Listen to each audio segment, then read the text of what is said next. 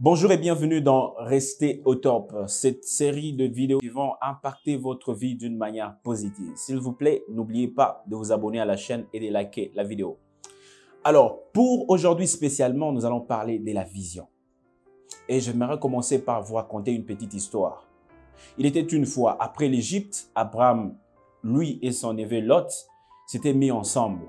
Ils ont commencé à vivre ensemble, tellement qu'ils étaient riches, ils avaient de l'or, ils avaient de bétail. Il s'est fait que la place qu'ils occupaient ne pouvait plus contenir le bétail qui appartenait à Abraham et le bétail qui appartenait à Lot. Alors, il est arrivé un jour, les travailleurs, ou le berger d'Abraham et le berger de Lot se sont mis à se compliquer la vie, se sont querellés. Alors, Abraham parle à son neveu en disant que, tu sais, nous sommes une famille, nous ne pouvons pas nous quereller et non pas même nos serviteurs. Voilà ce que nous allons faire. Choisis la direction que tu vas prendre et moi, je vais prendre une direction contraire. C'est ainsi que Lot, en voyant la plaine, il choisit la plaine parce qu'il faisait beau vivre, il y avait de la verdure et cela annonçait une vie pour ce bétail. Il s'est rendu dans la plaine et Abraham a pris une direction contraire. Alors, dans Genèse chapitre 13, au verset 14 et 15, je suis dans la version Parole de vie, Dieu parla à Abraham et il dit, « Regarde là où tu es, regarde au nord et au sud, à l'est et à l'ouest. Le pays que tu vois, je te les donnerai, à toi et à ta postérité pour toujours. » Qu'est-ce qui captive mon attention à ce moment? Regarde.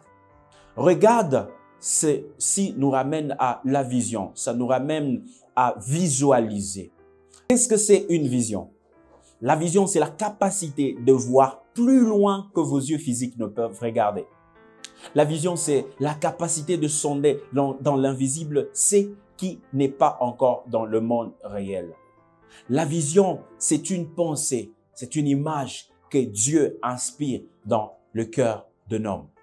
La vision, c'est aussi une conception inspirée par Dieu, mais c'est aussi une image du futur qui n'est pas encore arrivée dans le présent.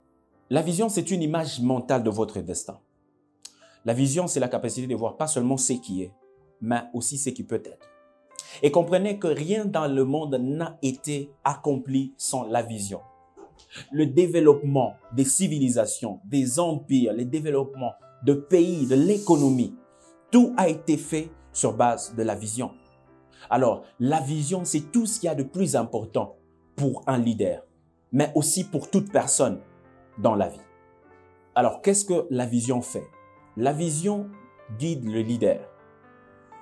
La vision alimente le feu à l'intérieur du leader et des personnes qui le suivent pour pouvoir accomplir ce à quoi ils sont appelés. La vision, c'est aussi cette petite chose qui peint les objectifs. C'est comme un aimant qui attire tout ce qui tourne autour pour une cause noble. Alors, pour être un bon leader ou pour faire partir de bons leaders, pour comprendre la vision, il y a certaines choses que nous sommes censés comprendre. Et le voici. Premièrement, la vision vient de l'intérieur. Parfois, nous recevons de personnes au bureau, des gens qui nous écrivent pour nous demander si on pouvait leur donner une vision par rapport à leur organisation. Ceci ne se passe pas de cette façon. Pourquoi? Parce que vous ne pouvez pas emprunter une vision. Non. Alors, essayez de checker au fin fond de vous-même. Regardez l'appel que vous avez. Si vous en avez un, si vous avez un appel, regardez. Votre vision peut tourner autour de votre appel. Et si vous n'arrivez toujours pas à découvrir une vision en vous, alors dans ce cas, essayez de détecter dans votre environnement qui est ce leader qui fait des choses qui vous résonnent et qui vous donne la fierté d'appartenir à cela. Alors, vous pouvez vous allier à lui pour pouvoir servir ensemble. Deuxièmement, la vision s'inspire de votre histoire. Si vous essayez de poser la question à plusieurs des leaders, aux personnes influentes, aux gens qui ont amené le progrès, de personnes qui ont innové, vous allez vous rendre compte que c'est sur base de leur passé que ces gens ont essayé de concevoir leur vision ou même de détecter la vision à eux.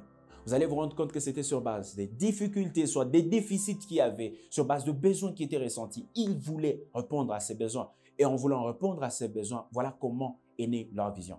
C'était la vision de planer qui a inspiré aux Wright Brothers de pouvoir inventer l'avion. C'était la vision de la lumière qui a inspiré Thomas Edison à pouvoir concevoir l'ampoule. Et troisièmement, la vision répond aux besoins des autres. Il est très impossible à ce que vous puissiez avoir une vision qui ne répond qu'à vos besoins. Car si la vision répond qu'à vos besoins à vous, alors elle n'est pas une vision.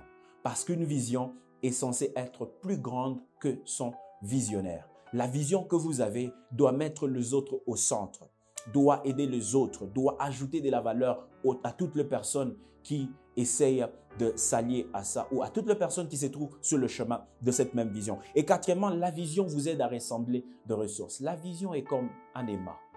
Ça attire, ça unit les personnes autour d'une bonne cause et ça les aide à pouvoir avancer dans une même direction. Plus la vision est grande, plus elle a le potentiel de pouvoir attirer de gagnants, de leaders, des jeunes qui peuvent adhérer à ça pour son accomplissement. Plus la vision est brûlante, plus elle a la capacité d'attirer, de motiver les autres à pouvoir appartenir à cela, à pouvoir bosser dur pour pouvoir y parvenir. Alors, quelle est votre vision et d'où a-t-elle commencé? Laissez-moi un commentaire et que Dieu vous bénisse.